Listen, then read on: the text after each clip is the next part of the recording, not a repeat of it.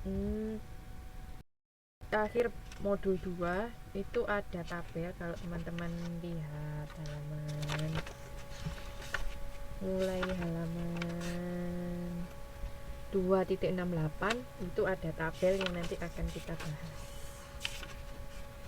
Oke. Oke, kita mulai.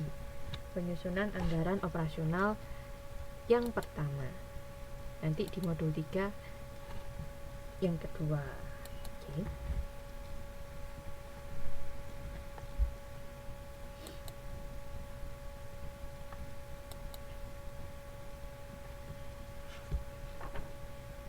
Sekarang metode ramalan jualan. Ramalan penjualan merupakan proses memperkirakan produk yang akan dijual pada waktu yang akan datang dalam keadaan tertentu, dibuat berdasarkan data yang pernah terjadi atau mungkin terjadi. Peramalan atau forecasting yaitu kegiatan meramalkan kejadian yang mungkin terjadi di masa yang akan datang dengan cara mengkaji data yang ada. Jadi, peramalan penjualan menentukan anggaran penjualan, anggaran produk, misalnya anggaran produk, biaya pabrik, beban usaha, kas, rugi laba, dan neraca. Assalamualaikum, waalaikumsalam warahmatullahi wabarakatuh. Mbak Lutfi, Mbak, Mbak masih belum dengar?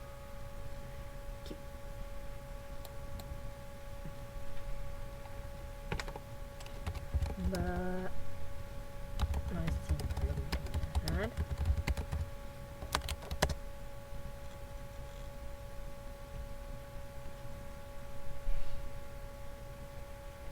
Jadi pada bab ini, pada modul ini kita akan mencari tahu atau menghitung berapa penjualan atau berapa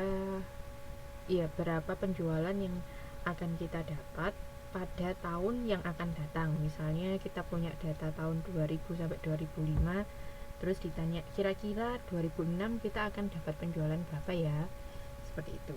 Ini yang akan kita bahas pada bab ini. Kemudian kita lanjutkan.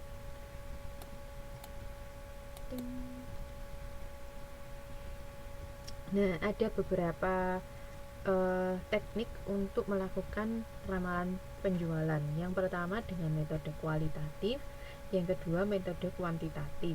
Apa saja kualitatif? Yaitu pendapat para tenaga penjualan, karena mereka akan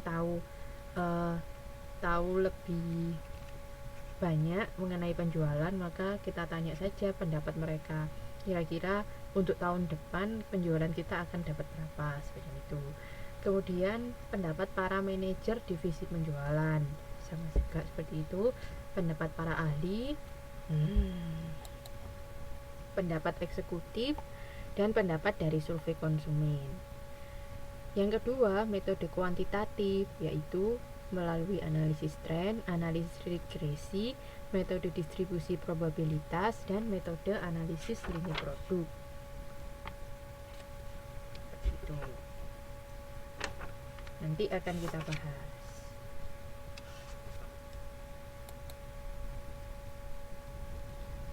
Di sini ada kebaikan dan keburukan metode peramalan.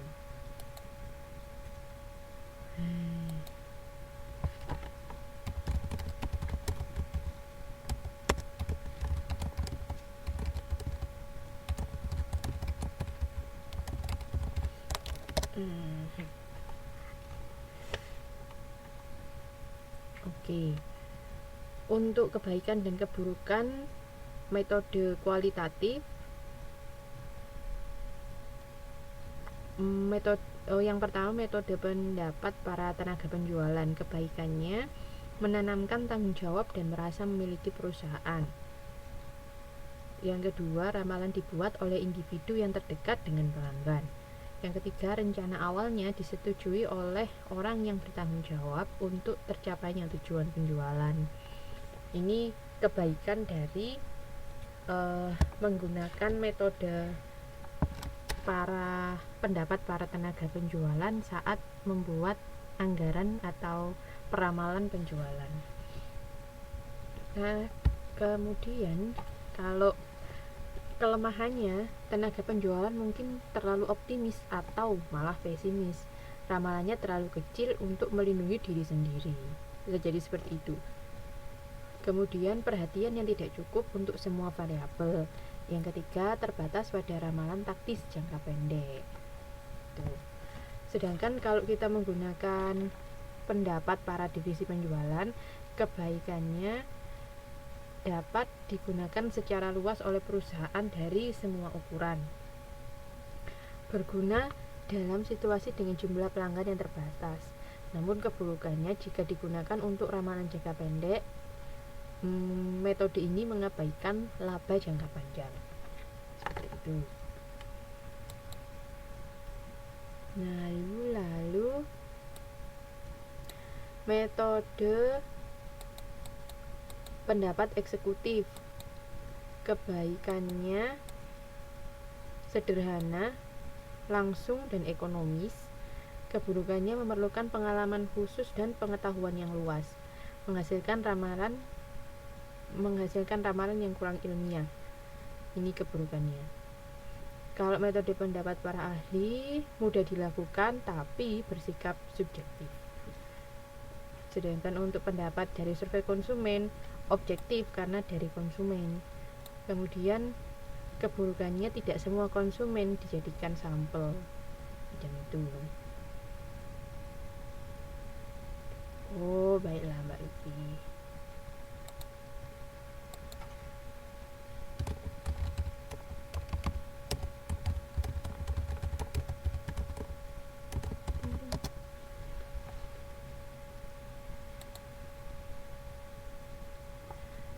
Sekarang metode kuantitatif. Yang pertama, metode distribusi probabilitas. Kebaikannya nilai tunggal mudah dikerjakan, tapi bergantung pada taksiran manajemen dalam penentuan besarnya nilai probabilitas. Nah, ini akan kita bahas nanti perhitungannya. Analisis tren dan regresi, kebaikannya menggunakan ramalan ilmiah dan objektif, namun dia menggunakan asumsi yang konstan, yaitu tidak dapat digunakan untuk ramalan yang jangka panjang. Sekarang cara membuatnya. Tadi kan ada beberapa metode. Sekarang kita akan mencoba cara membuat ramalan penjualan dengan metode kuantitatif. Kalau kualitatif kan bukan urusan kita sebenarnya, karena orang yang lebih ahli yang akan melakukannya. Tapi kalau sekarang kita akan belajar yang kuantitatif. Yang pertama, metode distribusi probabilitas. Caranya yaitu menaksir variasi produk yang akan dijual, kemudian membuat interval, terus memilih titik tengah dari interval, terus membuat probabilitas yang jumlah totalnya adalah 100%. Lalu mengalihkan setiap kemungkinan jualan titik tengah interval dengan probabilitasnya. Ini akan menghasilkan nilai tertimbang. Gitu. Untuk lebih jelasnya, kita lihat di sini. Teman-teman juga bisa lihat di halaman 2.10. Nah, pertama kita tentukan kelas interval. Kan tadi variasi produk yang akan dijual, kemudian intervalnya berapa. Di sini ada contoh bahwa manajer penjualan menaksir jumlah suatu produk selama sebulan dari 0 sampai 20.000. Nah, kita dari 0 sampai 20.000 membuat interval. Interval itu seperti ini, 0 sampai berapa, berapa sampai berapa, itu disebut kelas interval. Kita membuat dari 0 sampai 20.000. Kelas pertama misalnya 0 sampai 2.000. Selanjutnya